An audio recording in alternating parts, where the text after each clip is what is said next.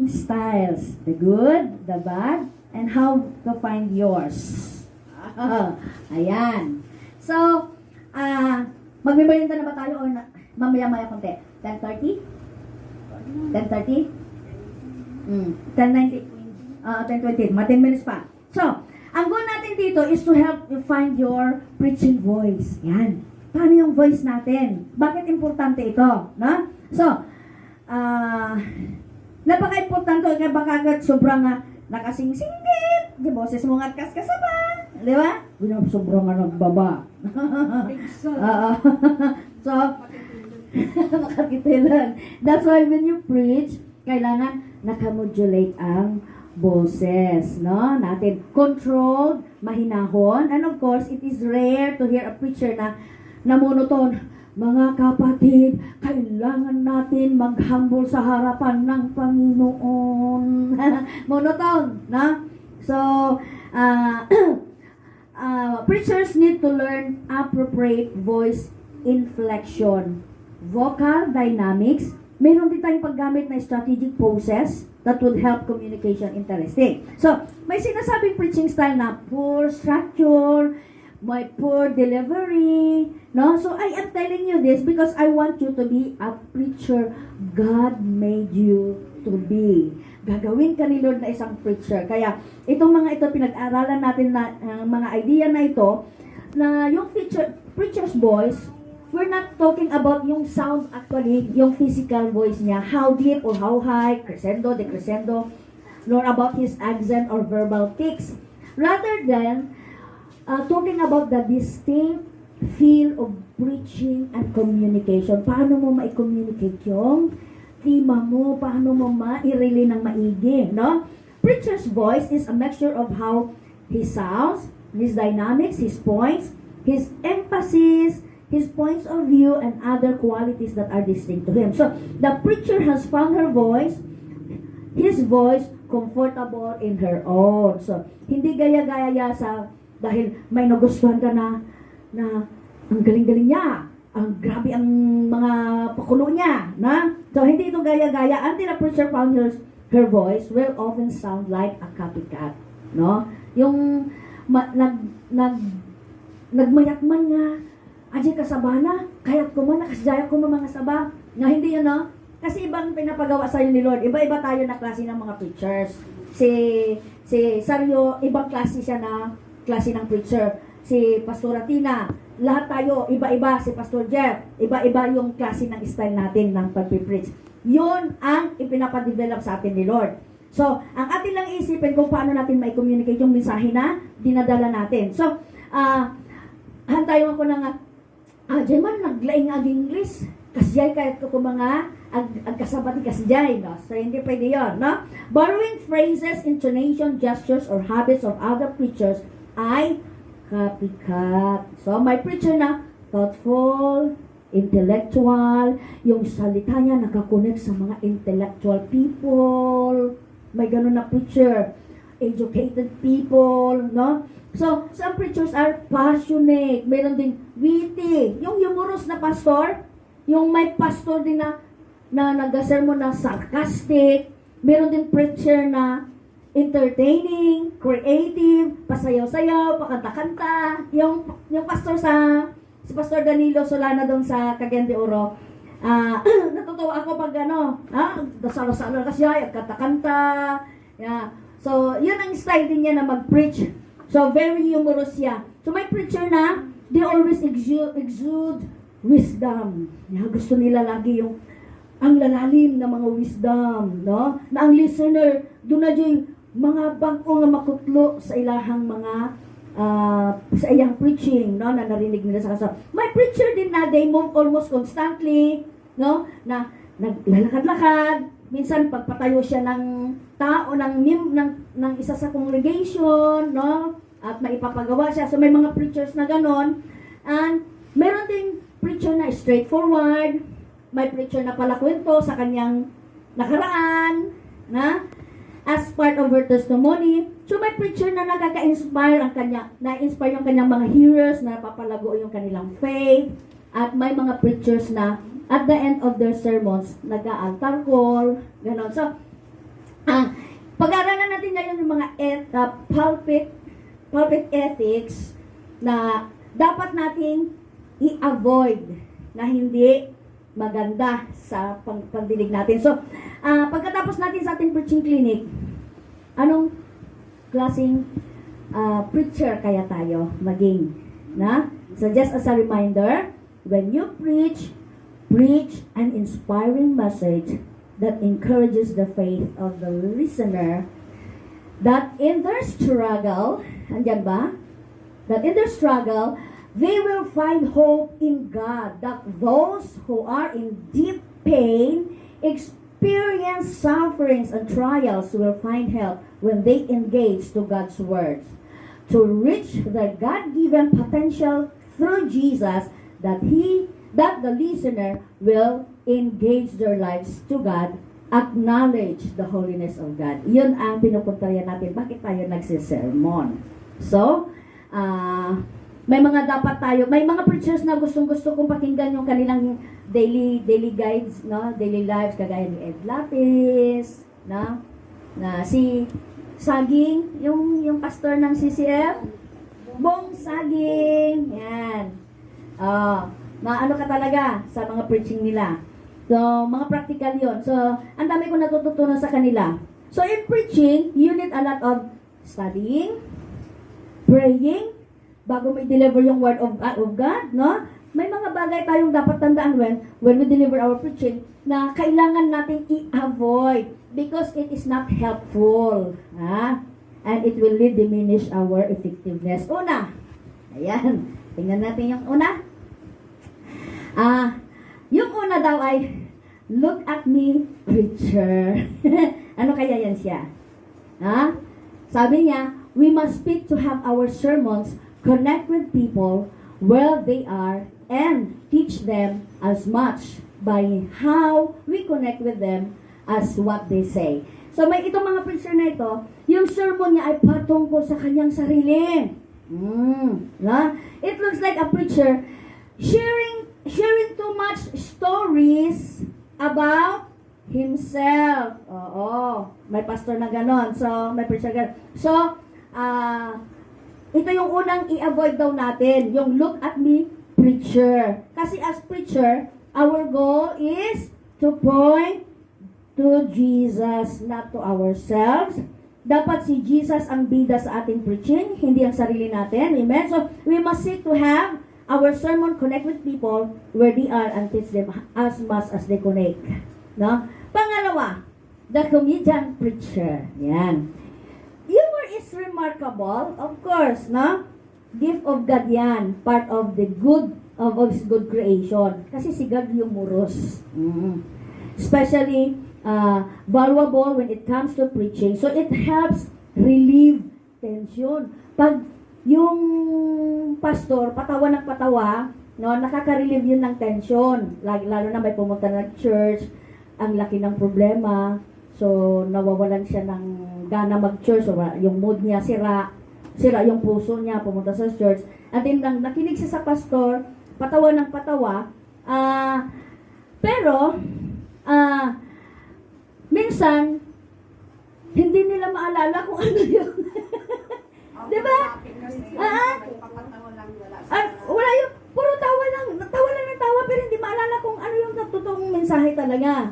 No? So, yun din ang i-avoid natin. So, sabi natin, wow, ang preacher is so funny. Pero wala silang naalala sa Word of God na dinala niya. Kundi yung kanyang patawa lang. So, the preaching is really distract from the focus of preaching. Number 3. Ano itong number 3? Ayan. The rubber chicken preachers. Ano kaya yan? Okay? Nabantayan nyo? Chicken is often served at banquets, at gatherings, parties, birthday party, wedding, child dedication. Di ba laging may chicken? Hindi pwedeng hindi mawala. Happy birthday, walay manok. Hindi maganda yung naawit. Kailangan may manok. So, ganon. Okay. So, pansinin mo kung a-attend ka ng kasal, a-attend ka ng birthday, isa-serve chicken. Yan. Hindi pwede nawala. So, chicken ay laging ino-offer sa mga parties, sa mga gathering. So, ano sa palagay nyo ang ibig kong sabihin dito? Yung preacher na ganon. Kasjay nga, kasjay ti sermon na. Di Domingo, kasjay ba nun? Ang Bible study, kasjay. Dahil kasabana, di Domingo. Isumo lang kasabana. Nakauma. Di ba? Oh, kaya kailangan ng sermon natin ay dapat iba't ibang putahe, no? Para masustansya. Kaya kanina, ang dami kong sustansya na nakuha kanina. Sa una pa lang na preaching, grabe. No? Nakakatuwa. The Lord is really preparing our hearts to face someone, no, na mag-share na tayo at ready na tayo. So, kailangan ng church natin ay healthy foods. Kasi ang chicken, may antibiotics, kung ano yung mga pinapakain, no? Puro mga feeds. At pag lagi ka daw kain ng chicken, sisirain na niya yung iyong immune system. So, hindi magiging maganda ang health ng congregation natin pag paulit-ulit at walang sustansya yung kinakain natin, ipinapakain natin sa kanila. So, si Lula Kala, ayaw niya yung replay na ulam. Nung may nagbigay sa amin ng native na manok, sabi ko, "Ups! Kalahati lang ang kainin. Bukas naman." Si Lola Kala sabi niya, "Isumanan?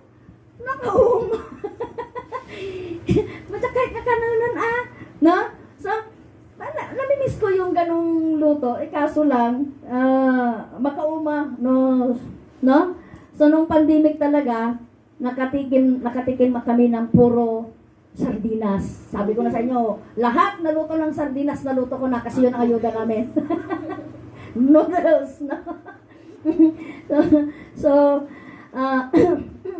so sabi niya, ayaw ko na yan bukas. Sabi ni Inang. Yan. Kaya, inulam namin lahat. Yan, maumay na. So, ganun din ang preaching. Nakakaumay ang preaching natin kung paulit-ulit. No? Siguro bakit? Bakit paulit-ulit yung preaching niya? Hindi. Hindi nag-study. Hindi nag-aral. Oo. Kaya, i-edit na labasit natin preaching na hindi Domingo, dahil na yung nabasit. Kamad, kasi maubos yung time niya sa Reels, sa TikToks, kasali siya sa mga, no, nagti-TikTok din. So, uy, mag-upo ka sa Facebook mo, maghapon ang sarap kaya ng ganun na ganun. Ay sus, hindi mo alam. Uy, tanghalian na, wala pa kaming panghanda. Ay, ang sarap ng ganun-ganun mo, nood ka lang dyan, mga pinapayaman natin yung mga nagre-reels. No? So, siguro, talagang hindi makapag-study o walang bagong maikasama, so ulit-ulitin na lang. So, meron din tayong number 4, the microwave preacher. Basahin nga natin itong microwave preacher. The microwave preachers habitually re-cooks and usually overcook it. Nakuha nyo na? So, may preacher pala na kung magpainit ay magkain, ipainit na lang. Painit na lang. So, normal, pag ipinapainit mo lagi, ma-overcook yung gulay niya. Yun ang sinasabi ng microwave preacher. No? Ay, masadutan nga luto tataw. Ray kang daman dyan, sobrang grabe eh. Ikaw na dyan, papunto mo dyan dyan, ref. Adyan papaya na lutugan.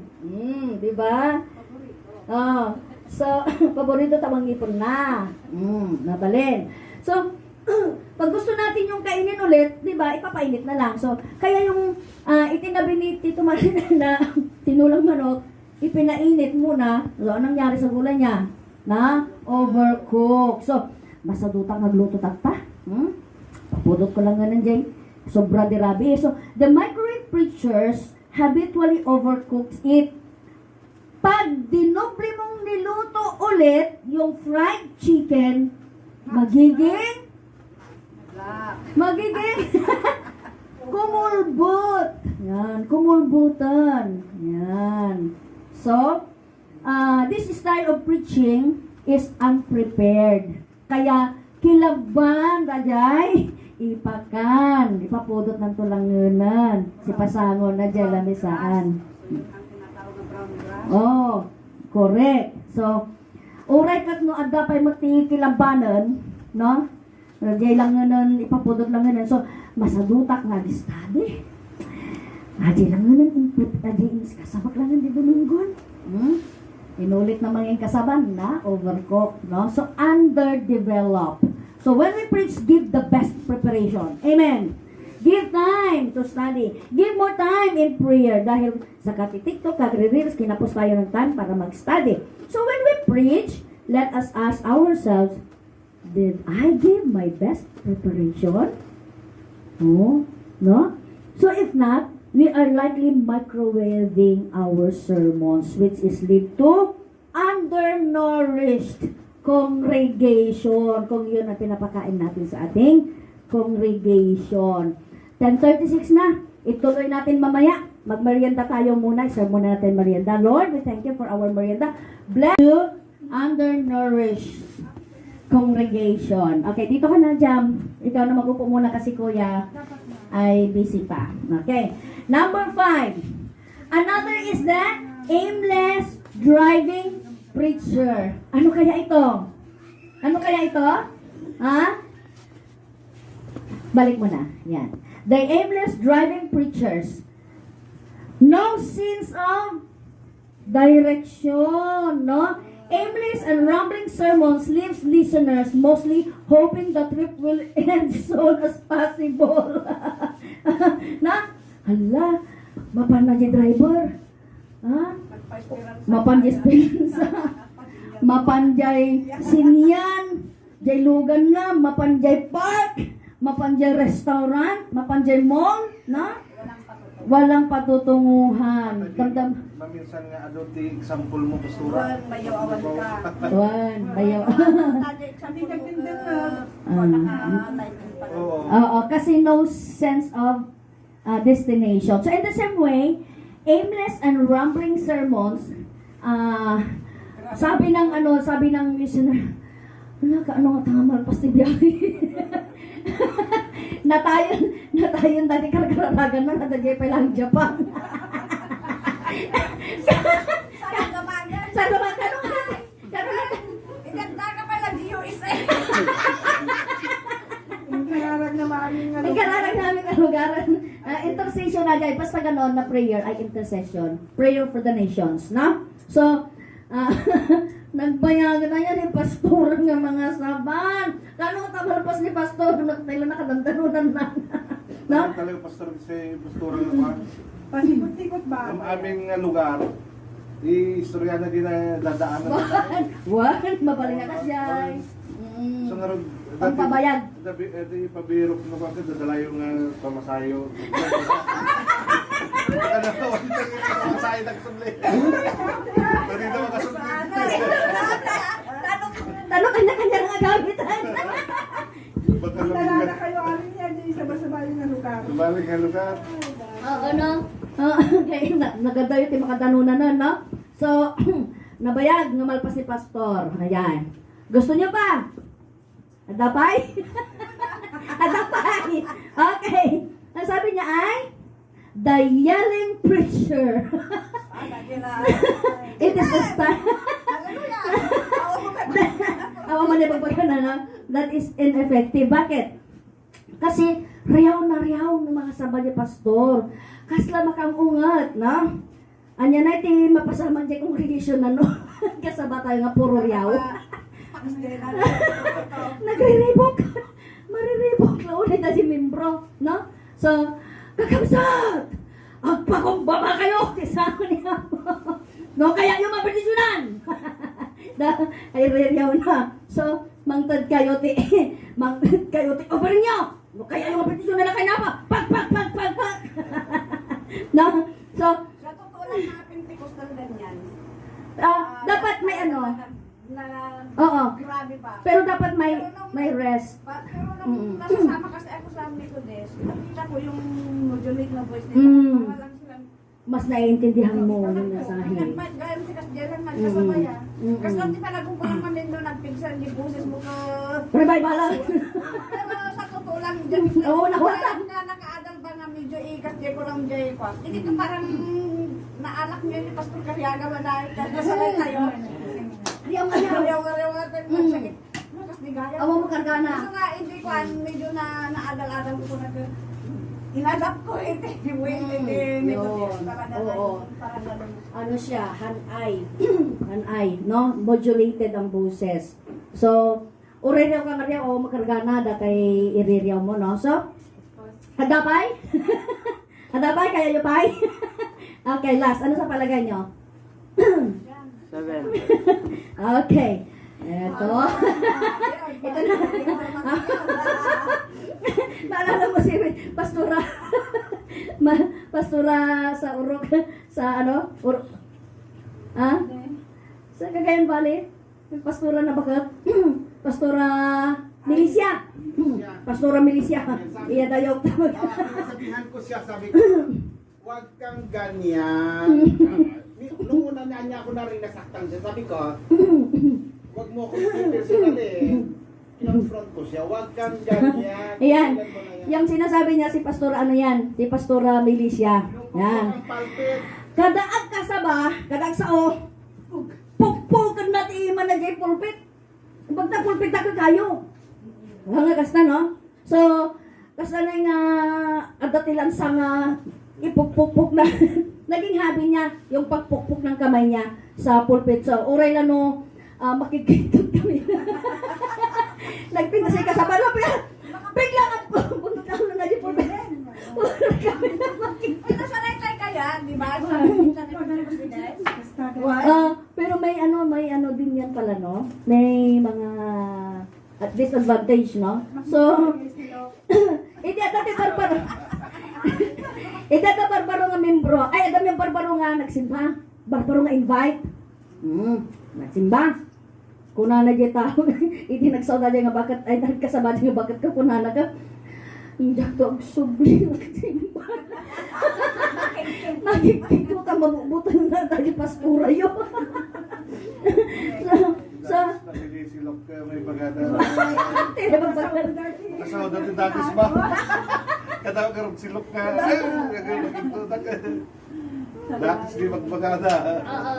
no? So, i-avoid natin ito, no? Pwede man natin makuha yung ano nila, attention nila without hammering the pulpit, no? So, if you want to be a good preacher, huwag mong gawin itong pito na ito. Huwag natin gawin. So, we must be careful that our sermon don't end like this. Amen? So, let us carefully connect every sermon with Jesus. Pag nagbabasa kayo ng Bible, hanapin niyo si Jesus sa Scripture. So, to find your best preaching style, find the structure and voice, and fits who you are and the context you're ministering in. And let's consider better approach to preaching. Pwede ka naman makipag-connect without hammering the table. You are a preacher because you have been saved by a great and gracious Savior. That you want the world to know kung gaano kaganda ang buhay na nasa Panginoon. Yun ang dapat mensahe natin. No? Hindi man ito bed of roses ang magiging Christian. No? Pero maganda kung naiangkla ang kaluluwa mo sa Panginoon. Itong katawan na ito, pinapaganda natin, make-upan, dinadamitan, nilalagyan ng alahas. Di ba? Pero hindi yun ang importante pala. Hindi yung rupa mo, hindi yung pango na ilong mo. Si Lord ang nagawa ng ilong natin. No? Si Lord ang nabigay ng malaking katawan. Oo. Hindi mo yan, hindi yan natin maano. Si Lord ang gumagawa niyan. Paano mo tatanggapin na ganun ang mukha mo? Oh, ako, sabi ko, bakit iba yung ilong ko sa kanila, mga kapatid ko? Bakit ganito? Oh, pero Lord, hindi ako magsakit yung nakong ko. Kay, sabi mo, ikaw ang gumawa sa akin. I am fearfully and wonderfully made. Hallelujah! Ay, salamat Lord. Kahit pangulo yung silong ko, okay lang. Ang importante kasi, hindi yung katawan, yung kaluluwa kasi. No? Yung kaluluwa kasi yung pinaka-importante. Kasi yun ang makikipag face to face kay God, yung kaluluwa. Hindi yung katawan. Yung katawan na ito, mawawala ito. Urit at tatagtagan na dati yung katawan. Wala kang maramdaman. No? So, pag namatay ang isang tao, hindi mo na alam kung anong gagawin nila sa'yo. Pwedeng bigyan ka ng magandang burol o itapok na kaladya karayanan. Wala ka na magagawa doon eh. No? Yung bahay mo na pinagpundaran mo, binigay mo lahat ang pera mo doon. Isang araw, pag namatay ka na, hindi na ikaw ang titira sa bahay na yan. Hindi mo man pala madadala doon sa libingan mo. Darating ang araw, yung sasakyan mo, hindi na ikaw ang sasakay. Yung kwarto mo, hindi na ikaw ang matutulog. Yung kotse mo, hindi na ikaw ang magdadrive. Yung banyo mo, iba na ang maliligo. Wala ka nang magagawa doon. Kaya ang importante sa atin ay yung ating kaluluwa, hindi yung katawan na ito. Hayaan mo kung anong tsura ng katawan na ito. Hayaan mo lang yan. No? Magligo din tayo, of course. At, kaya nga para magtaas naman itong ilong ko, ay medyo lagyan ko siya dito ng brown. No? para mukhang medyo tatangkad naman. Kasi, or agsilusak, apay pumintas siya gong ko, no? Agsilusak. Diba? Wala naman, magmaldita ako. Gaganda ba ang buhay ko? Hindi, no? Hindi yon.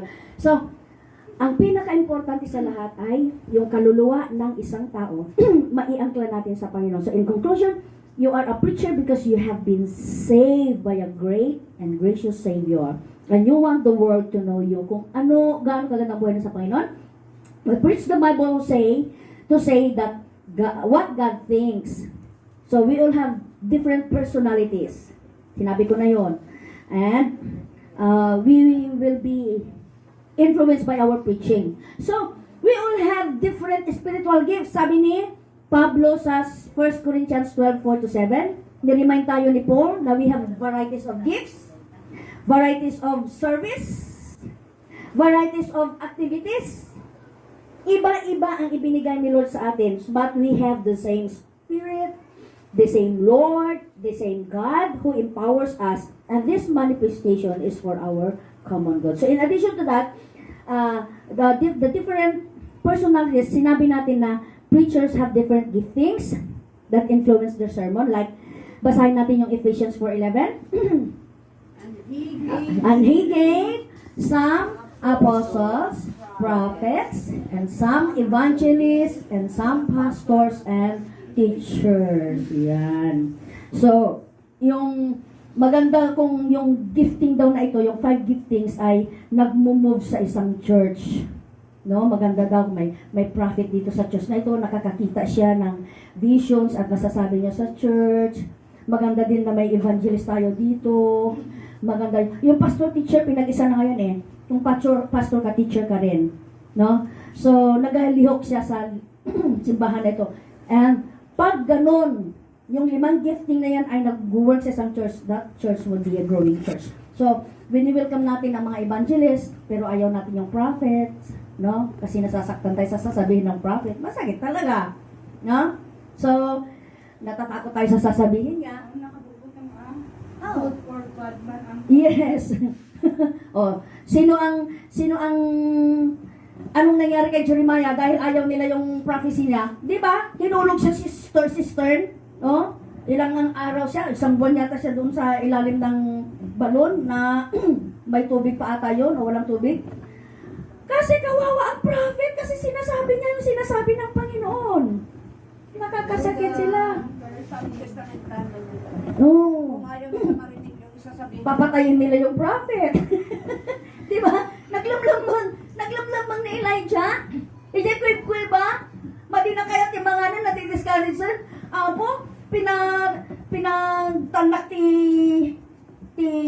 init ti talong kawon. Tapos pinagtudok. Tapos may sakon nga nabatin. Eh di ba? Oh? Iso naglumlumangan. Madina ka ti mga nun.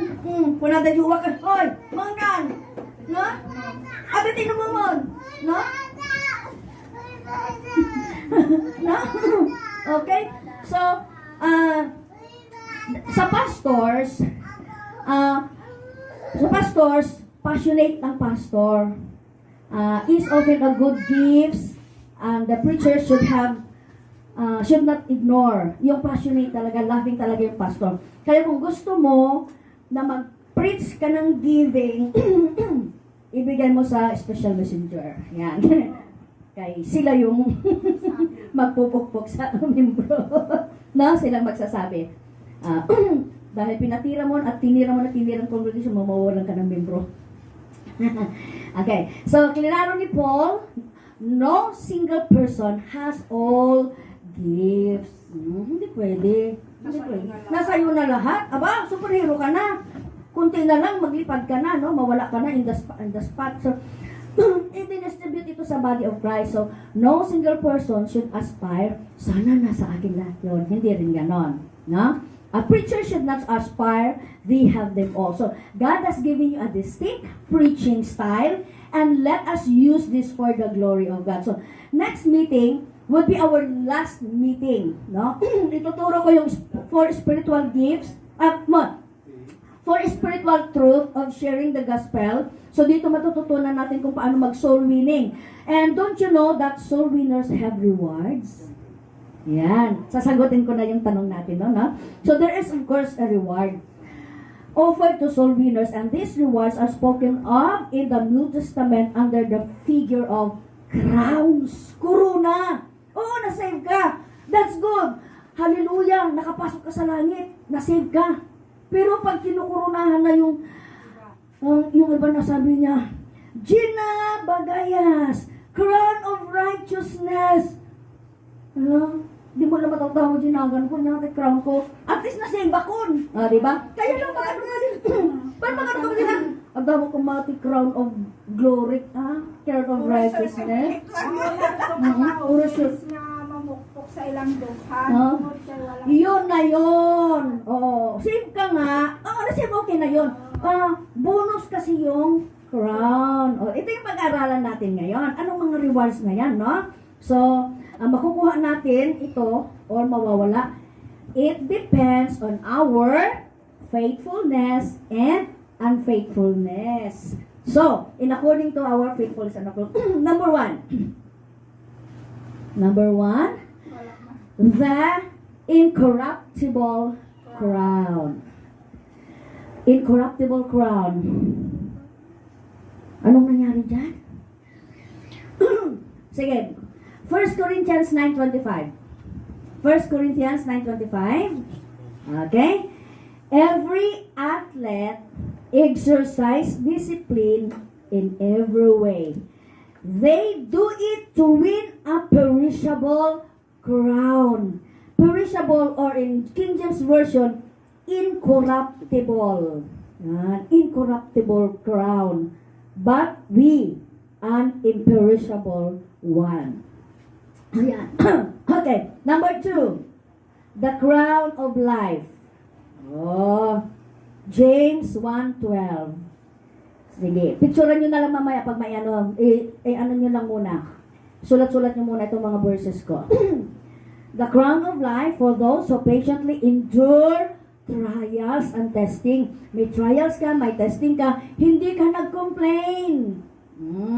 Sige lang. Sige lang, tirahin nyo lang ako. I don't care. No? Hindi ako magko-complain. Yan. Kasi ang mga complainers daw, hindi makapasok sa promised land. Diba? Yung first generation ng Israelite, no one enters except Joshua and Caleb. Even Moses. Bakit? Ano kayo nagawa ni Moses? Siya yung sikan-sikan ni God. Pero bakit hindi siya pinapasok? Ano sa palagay nyo? Hindi niya nakita. Sabi ni God, umakyat ka sa Mount Nebo at tanawin mo na lang ang promised land. Umakyat siya, matanda na siya, uugod-ugod na. Umakyat siya sa Mount Nebo at tiningnan niya ang promised land. Lord, pwede bang papasukin mo rin ako? Hindi. Bakit? Anong nagawa niya? May nagawa si Moses. Diskubrihin niyo kung anong ginawa niya. Pinukpok niya yung bato. Sabi, kausapin mo. Kasi, mas mabuti pa yung bato nga kakausapin mo, tatalima sa'yo, kaysa sa mga tao na pusong bato. Mapapahiya ang mga tao ngayon kasi yung bato, kinausap na, maglabas ka ng tubig. Kasi yung mga Israelita, matitigas ang puso. Yan. So, iba ang ginawa ni Moses. Yun ang kanyang reward. Tinanaw na lang niya ang promised land. So, yun daw maka-enjoy ng trials, maka-enjoy ng testing sa buhay nila. Without complaining, murmuring, sige lang, go lang kayo, come lang kayo. James 1:12, blessed is the man who remains steadfast under trial, for when he has stood the test, he will receive the crown of life which God has promised to those who love Him. Ang ganda. Gusto niyo ba yung crown of life? So, patient lang ang kailangan sa mga testing natin. The crown of glory, The crown of glory. 1 Peter 5:2-4. So, for those who are faithful to care the flock, para ito sa mga pastors. Crown of glory, darating sa kanila isang araw. Kukurunahan sila ni Lord. Ano sabi ng 1 Peter 5:2-4? Care for the flock that God has entrusted to you. Watch over it willingly, not grudgingly. Not for what you will get out of it, but because you are eager to serve God, don't lord it over the people. Assigned for your care, but lead them by your own good example. And when the great shepherd appears, you will receive a crown of never-ending glory. Ay, hallelujah. Number 4, the crown of righteousness. Sino kaya naman ito? 2 Timothy 4:8, note, in the future there is laid up for me a crown of righteousness, which the Lord, the righteous judge, will award to me on that day, and not only to me, but also to those who love Him. Yung naghihintay sa kanyang pag-appear, andyan na ang ICT. Hindi ba alauna? May maaga naman siya, maaga po. Okay. So, ang ganda, yung hinihintay mo yung kanyang pagbalik. Kailangan manatili ka na pagiging Kristiyano mo para yung pagbalik niya. Wow! Ready ka na. Meron palang crown na ganun, naghihintay sa kanyang pagbabalik. And the last, ito na yung sinasabi ko sa inyo. The crown of rejoicing. Yan. Ito yung crown para sa mga faithful soul winners. Hallelujah. 1 Thessalonians 2:19-20. For what is our hope, our joy, or the crown in which we will glory in the presence of the Lord Jesus when He comes? It is not you. Hindi ba kayo? Kayo yung crown namin. Yung mga kaluluwa na naiangkla sa Panginoon. Is it not you? Indeed, you are the glory and joy. Sila yung mga kaluluwa na naiangkla natin. Sila pala yung magiging crown natin, kukurunahan tayo. So sinabi ni Pablo na mga kaluluwa ng Thessalonican Church, ang aking katuwaan ay ang korona na ibibigay sa akin ng Panginoon dahil sa pag-respond nila when these people converted through their ministry. So, there's quite definitely a reward for soul winning. And it is given to people who engage in evangelism, to those outside the Christian church. Amen? So, bawat Kristiyano ay inatasan ng Panginoon. Sabihin natin, inatasan tayo ng Panginoon. Bawat isang Kristiyano. Ngayon, tatanungin ko kayo, ilang kaluluwa na ba ang naiangkla natin sa Panginoon? Meron na ba? Isa? Dalawa? Tatlo? No? So, His children are servants also. Matthew 28:19. 28:19, puntahan ninyo ang lahat ng mga lahi at gawin niyo silang tagasunod ko. Bautismuhan niyo sila sa pangalan ng Ama, ng Anak, at ng Espiritu Santo. Sinabi ni Jesus ito sa mga disciples. May dalawang klase daw ng Kristiyano. Yung normal Christian lang. Yung normal na Christian, may posibilidad na magiging carnal yan. Bakit? Ito yung pangalawa, disciple. Kasi pag disciple ka, wala ka ng panahon maging karnal. Normal Christian, delikado yan. So, kailangan pala natin magiging lahat ay disciple na Christian. So, sabi ni James 5:20, dapat ninyong malaman na ang pagbabalik ng isang makasalanan mula sa kanyang masamang pamumuhay ay naligtas ng kaluluwa ng tao yun sa kamatayan na nagdulot ng kapatawaran ng maraming kasalanan. So, you see the greatness of the word gives to the soul winners a sense of satisfaction. I think higit sa lahat, may dakilang gantimpala na pagsunod. Basahin lang ninyo sa Psalm 19:11. So, these are the benefits who come to soul winning while we are engaged in the Lord's work. Matthew 25:21, magaling, isa kang mabuti at tapat na alipin. At dahil naging matapat ka sa kakaunting pinagkatiwala ko sa iyo, ipamamahala ko sa iyo ang mas malaki pang halaga. Ito ay ang promise ng Panginoon sa bawat faithful servant. So whether we have to meet with much or little success in our work, it is not the point. The reward of our Jesus is for our faithfulness. Para sa faithfulness na. So the value ng work natin ay makikita at the judgment seat of Christ. So sabi ng Ecclesiastes 11:6. Ecclesiastes. Yan, 11:6. Basahin nga natin, go! Maghasik ka ng binhi sa umaga hanggang gabi. Dahil hindi mo alam kung alin sa itinanim mo ang tutubo. Maghasik ka lang na magaling ka lang, share ka lang ng share ng gospel. Hindi mo alam kung tumubo ito o hindi. Wala kang ka-idea na may na-convert pala doon sa kanila. Example, si Auntie Julie, si Auntie Julita, doon sa Yapit compound, sa husband niya, siya lang ang Christian. Share lang siya ng share. Intayo ng simbahan, wow, umawawang.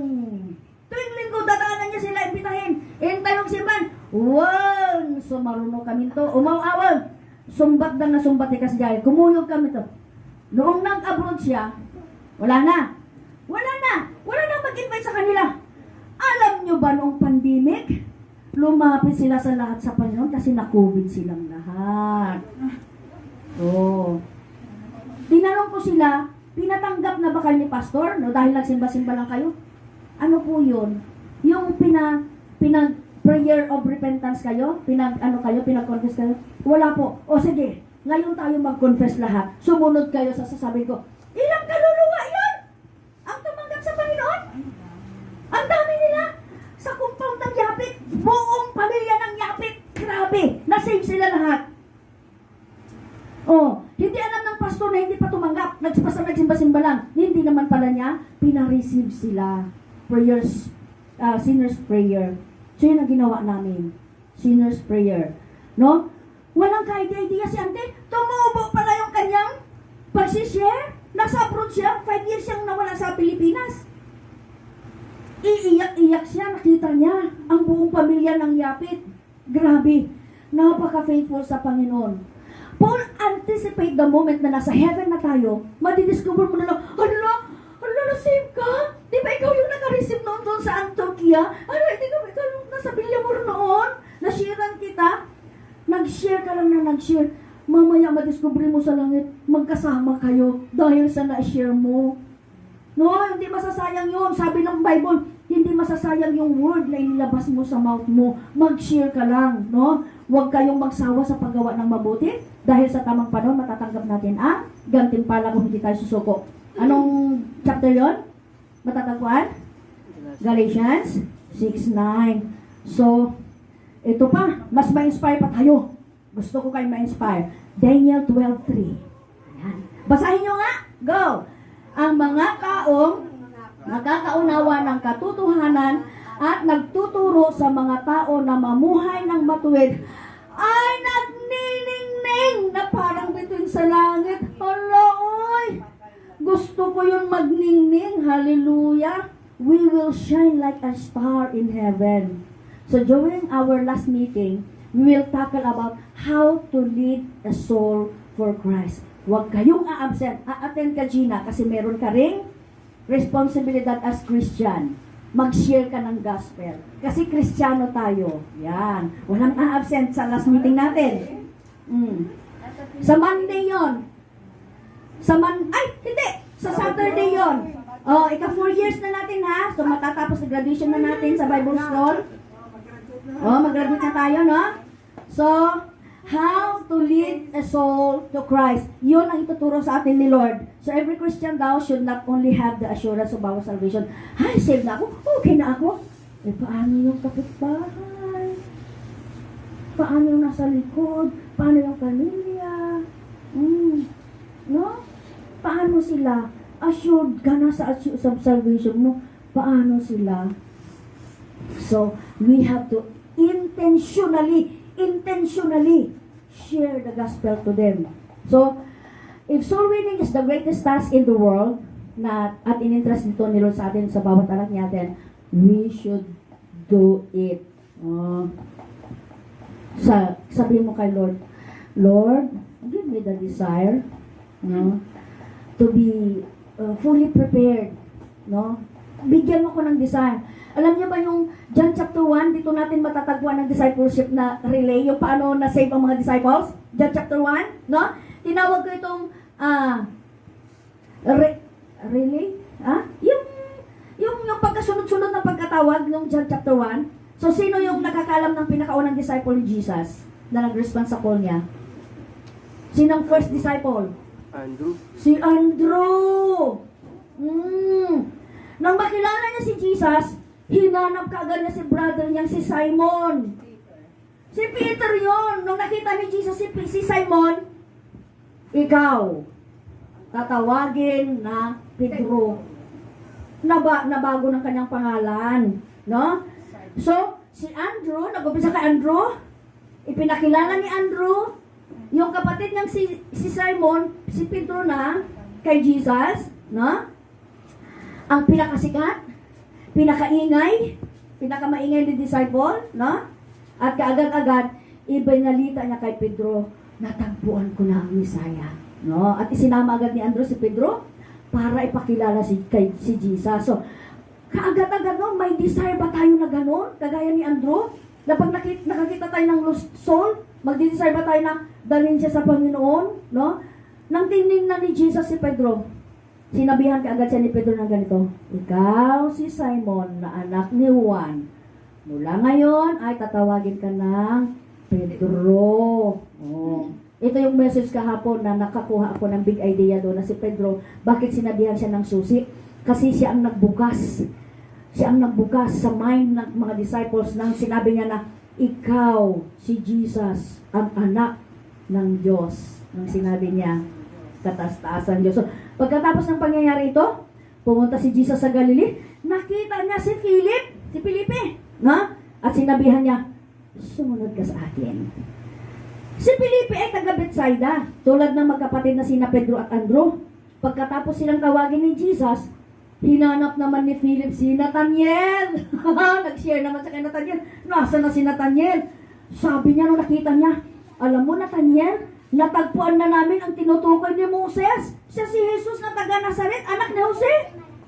Sagot ni Nathaniel, may mabuti bang nanggaling sa Nazaret? Sagot ni Philip, di halika, sumama ka sa akin at tingnan mo. At sumama nga siya kay Philip. Nang papalapit na sila, nakita sila ni Jesus at sinabihan siya ni Nathaniel ng ganito. Narito ang tunay na Israelita, hindi ng daraya. Hindi na natin kukunin yung mga background check niya. Ganun lang sinabi ni Jesus. Saka na lang na, ha? Sabi ni Nathaniel, kilala mo ako? Paano mo ko nakilala?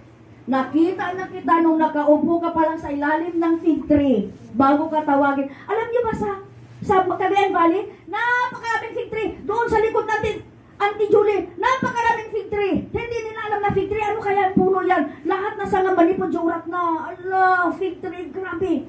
Binidyo ko yun noon na, na-delete ko na yata. Grabe.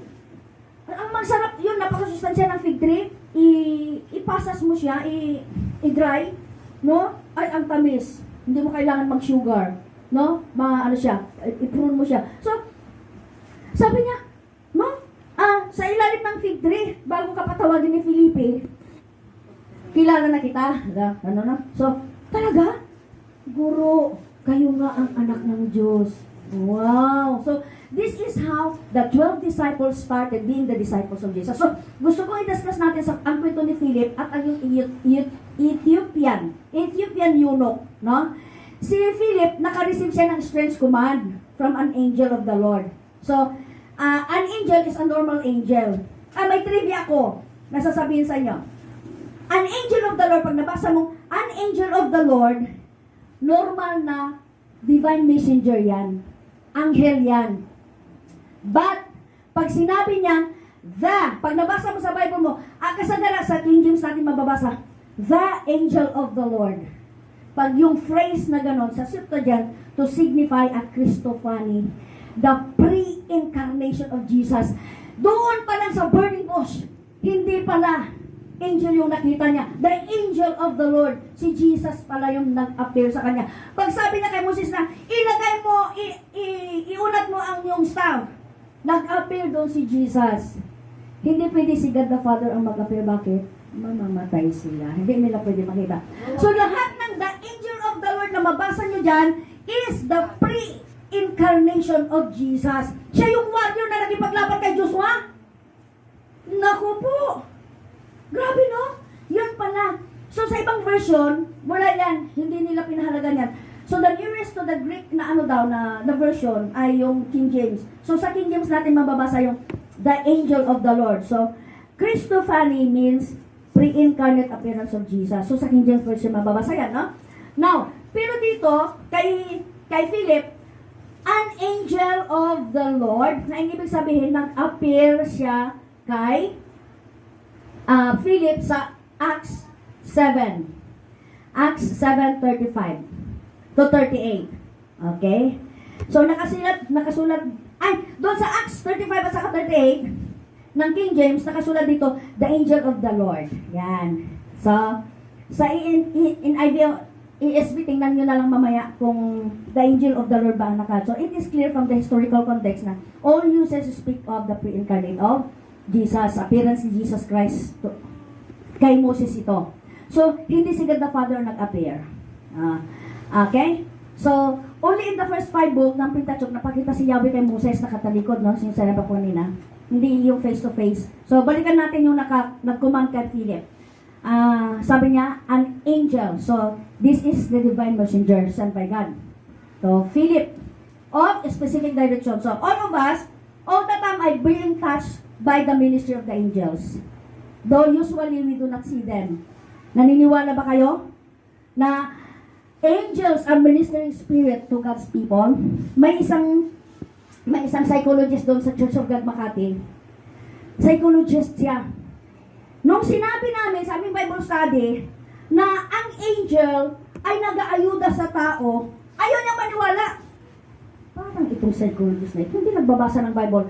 Buksan nyo nga sa Hebrews chapter 1, sabi ko.